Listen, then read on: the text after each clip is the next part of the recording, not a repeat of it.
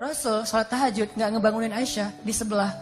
Waktu itu pas Nabi lagi ruku, Nabi lagi sujud, di tubuh Nabi itu kayak kedengaran ada suara tulang patah atau tulang kegesek gitu.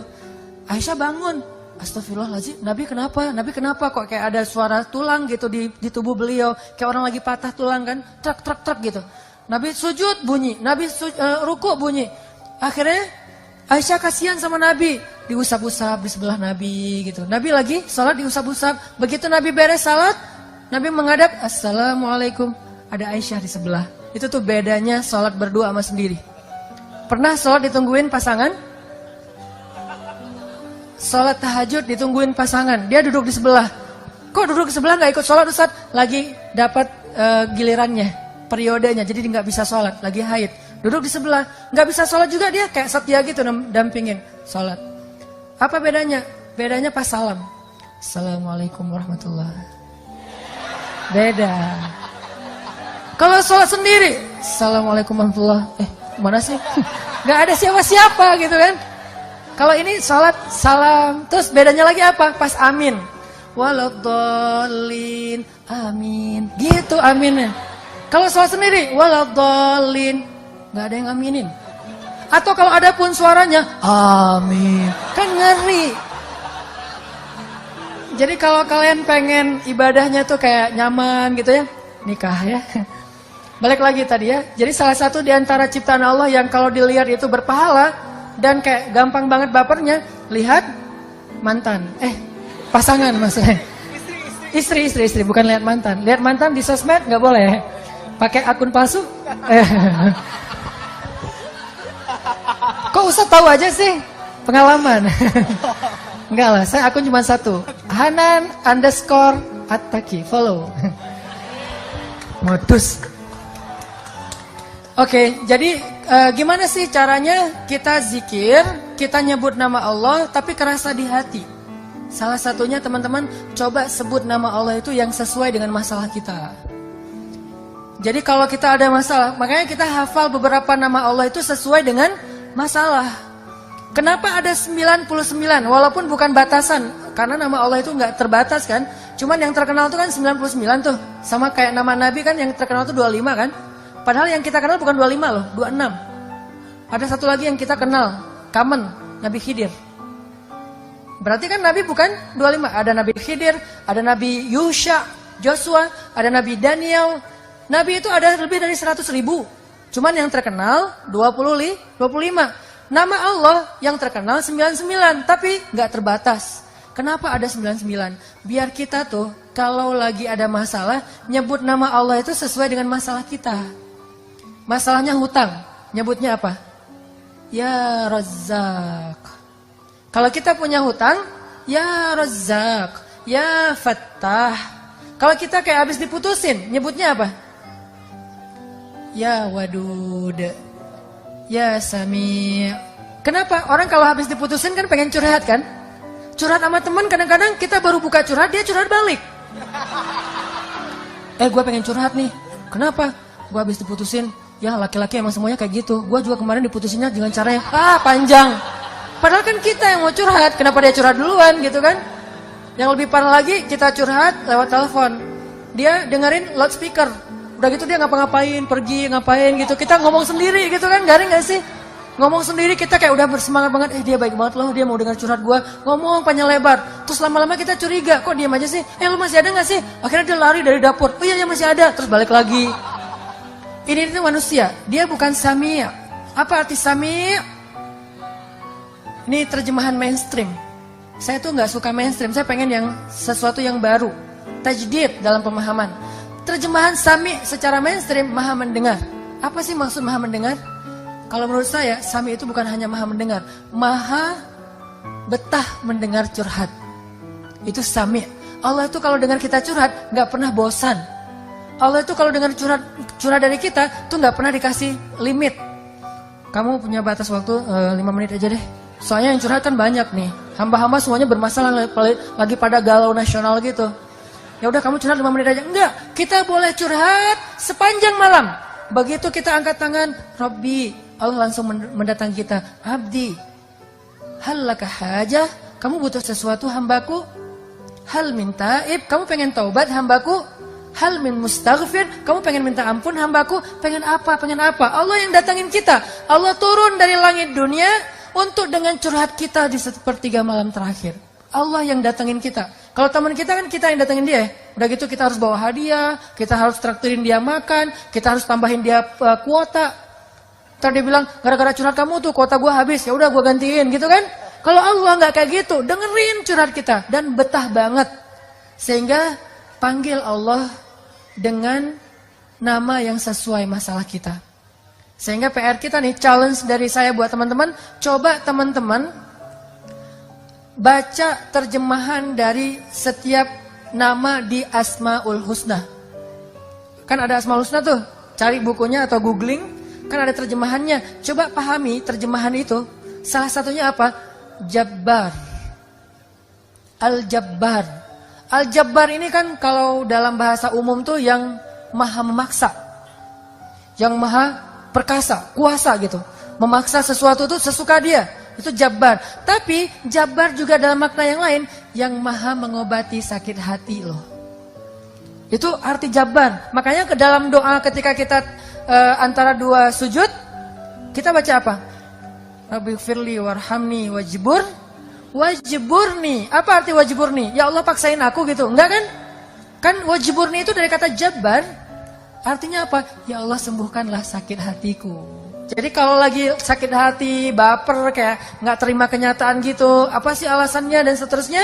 Kenapa sih dia left? Kenapa sih dia pergi? Kenapa dia apa segala macam kayak misalnya nge-reject telepon kita? Cara ngobatin sakit hati, wajburni ya Jabbar.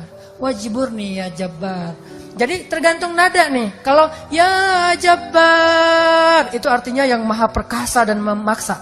Tapi kalau ngomongnya ya Jabbar, itu artinya yang menyembuhkan penyakit hati. Makanya coba baca deh. Asmaul Husna itu challenge anak muda ya. Coba baca, nggak usah hafal. Baca aja dulu. Karena kalau disuruh hafal nanti berat. Baca aja, pas ada masalah ngomong dengan nama itu. Wahai Zat yang maha mendengar, saya lagi pengen curhat.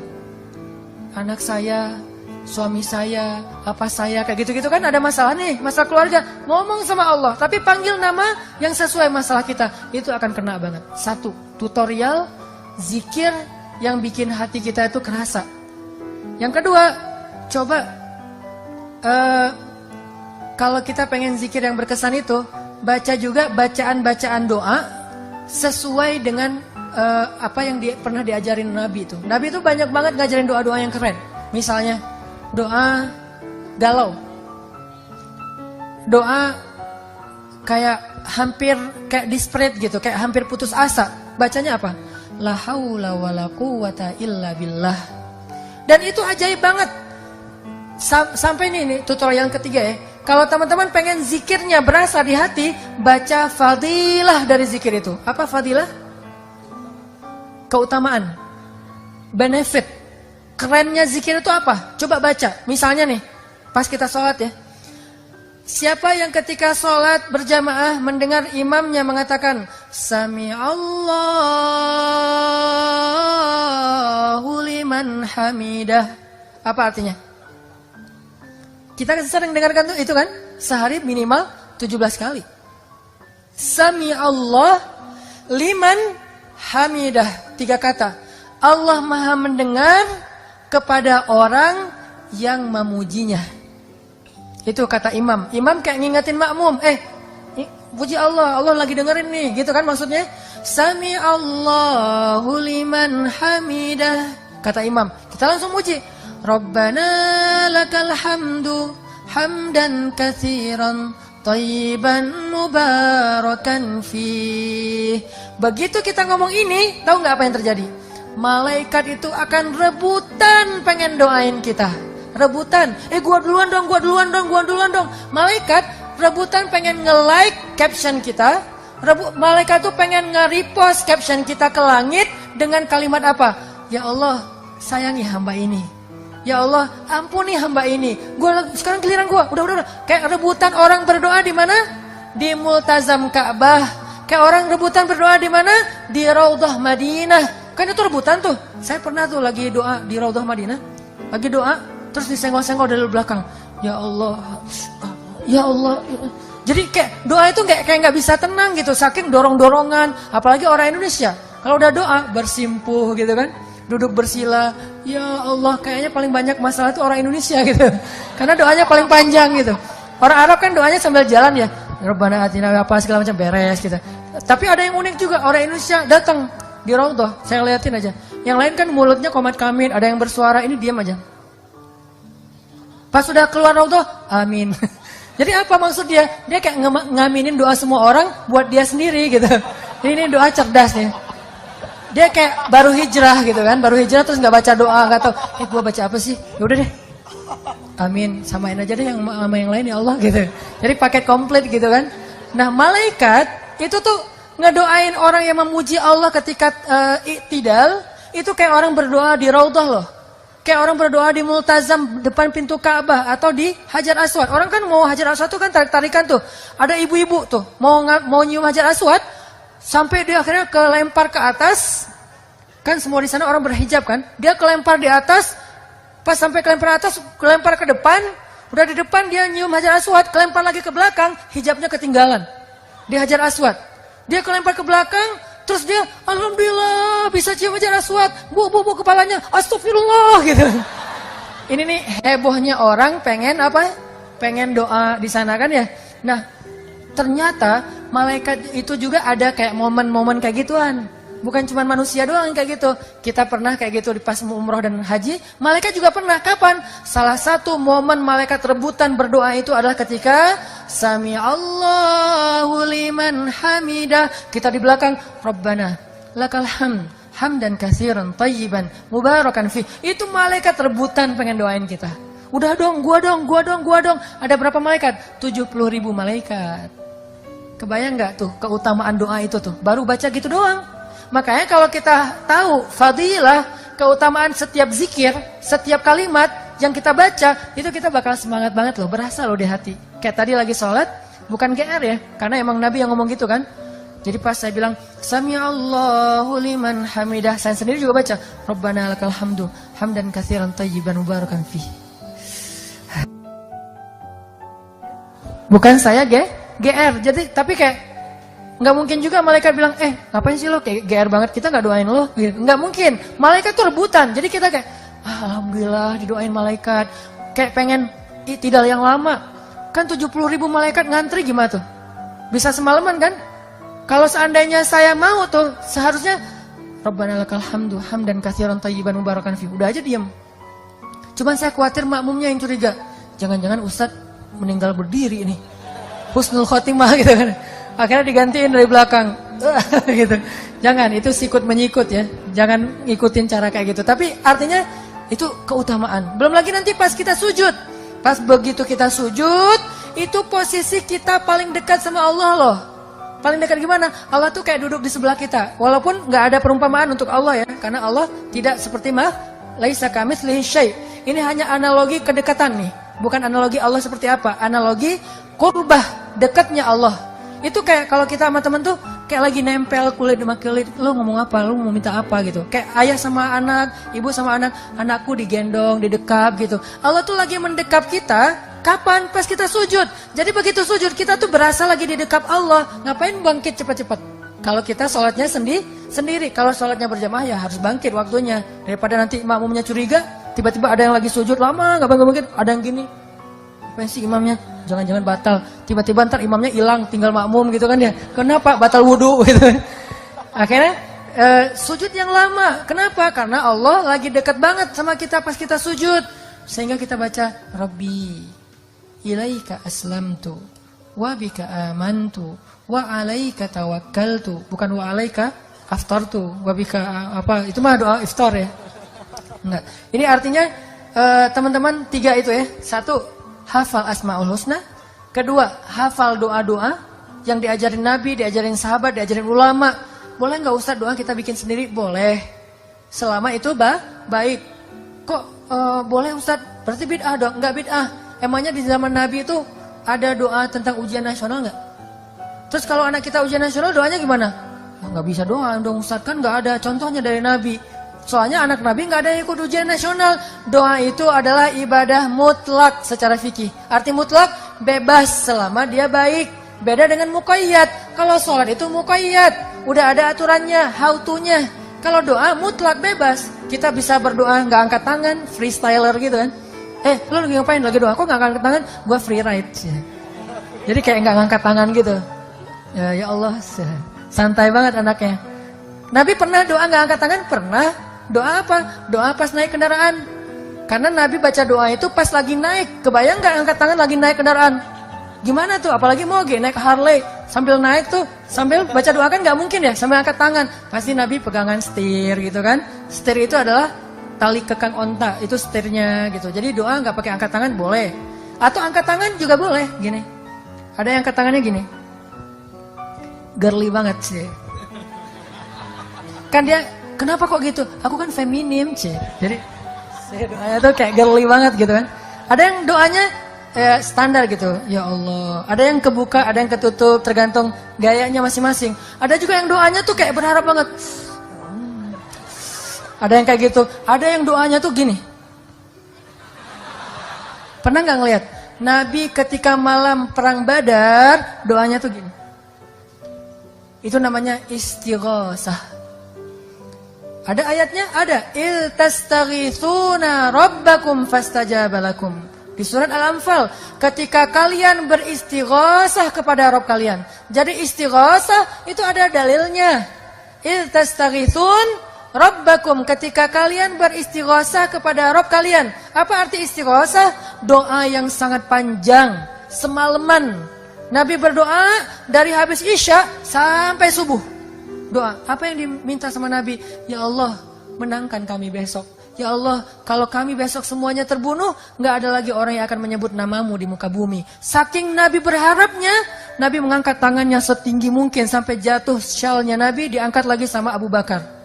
Jadi kita bisa berdoa dengan cara itu. Bisa juga, ya terserah sih. Kalau doanya misalnya kayak, ya Allah besok saya mau ujian gitu ya. Ya Allah saya mau kerja. Kalau udah kayak gini, jodoh.